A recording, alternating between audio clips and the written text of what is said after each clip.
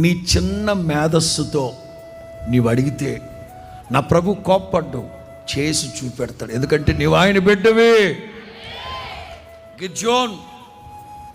గిర్జోన్ సువిశాలమైన పొలములో గొర్రె బొచ్చు పరిచాడు.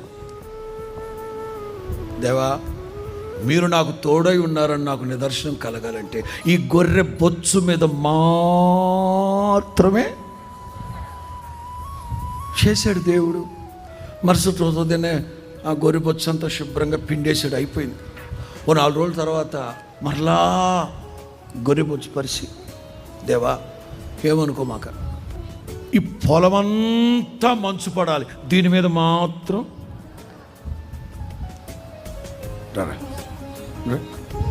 పెటానియా. మొన్న చేసిన దేవుణ్ణి ఇప్పుడు చేయనా? అనుమానిస్తున్నా.